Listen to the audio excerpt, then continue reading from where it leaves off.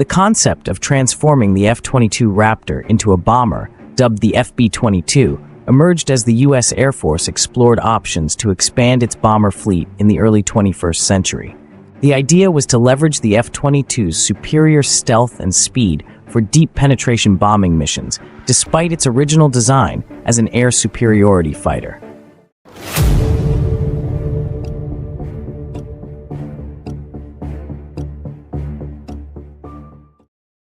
Lockheed Martin's proposal for the FB-22 included modifications for increased payload and range, such as thicker delta wings and additional fuel capacity, aiming for a combat radius of 2,000 miles. However, the project was ultimately shelved in favor of developing a new strategic bomber, leading to the B-21 Raptor. The decision was influenced by the desire for a bomber with longer range and the capacity to operate globally, reflecting strategic priorities and the evolving nature of global threats. Despite its potential, the FB-22 was seen as a short-term solution with limitations in range and compatibility with modern networked combat systems. By the beginning of the 21st century, the United States had begun production of the F-22 Raptor, the world's best air superiority fighter, boasting a still unrivaled combination of sustainable high speed, maneuverability, and low observable stealth characteristics.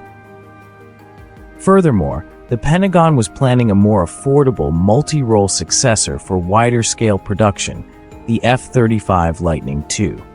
However, the Air Warfare Branch had no new bombers in the pipeline after the B-2 stealth bomber was cut short with only 20 built. So the idea proposed itself. What if the Raptor could be transformed into a bomber? After all, the F-22's extraordinary stealth characteristics, superior even to the B-2's, could be useful for penetrating airspace protected by air defense missiles and enemy fighters, and its supersonic speed would surely also prove an asset. However, converting the Raptor into a bomber meant adjusting two key parameters: payload and range.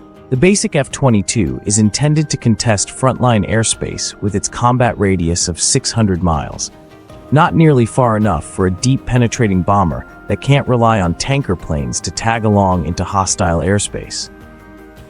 Furthermore, the Raptor's modest ground attack capability allows it to carry only 4 GPS-guided 250-pound small-diameter bombs internally. 4 more can be carried on the wings at the expense of stealth.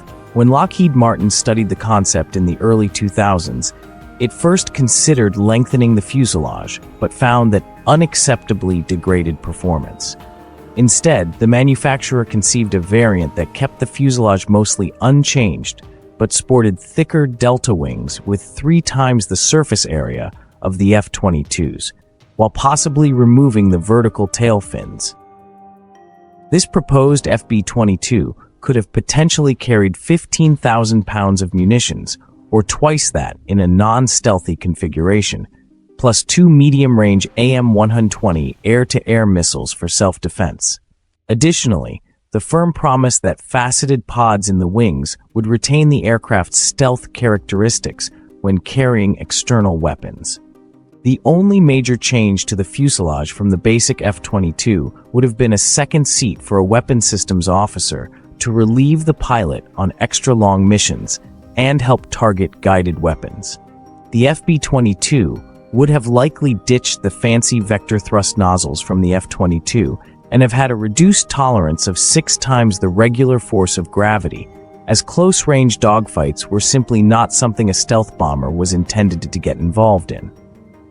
It would have traded the Raptor's F-119 turbofans for the more powerful F-135 built for the Lightning II, allowing it to attain a top speed of Mach 1.9 despite its greater weight.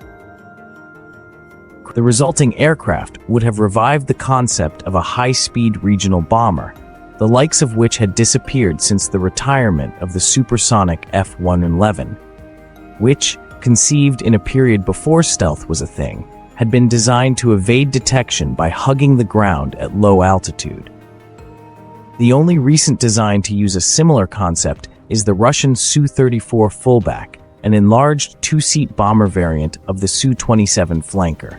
In 2003, Air Force Secretary James Roach proposed procuring a force of 150 FB-22s to serve as interim stealth bombers until a larger new design began development in 2037.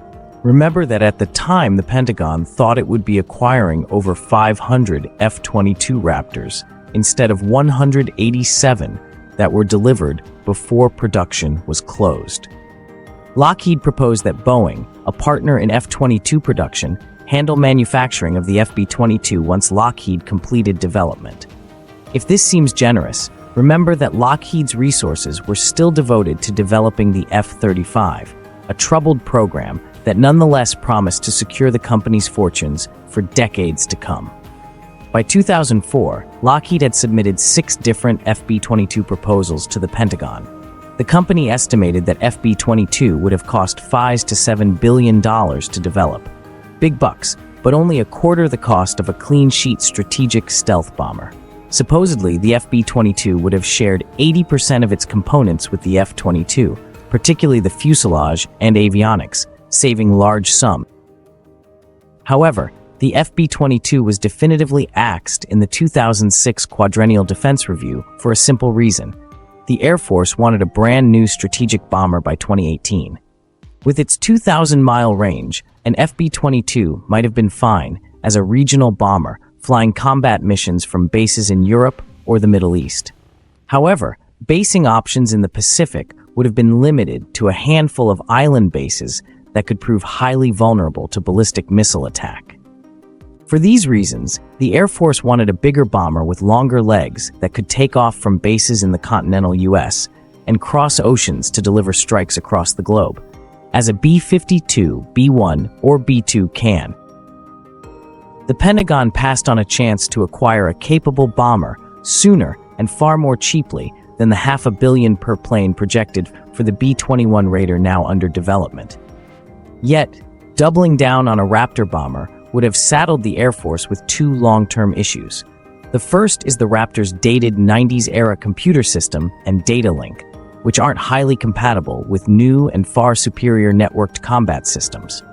The second problem stems from the Raptor's expensive and maintenance-intensive radar-absorbent material coatings, which have been replaced on the F-35 by much more cost-efficient modular panels.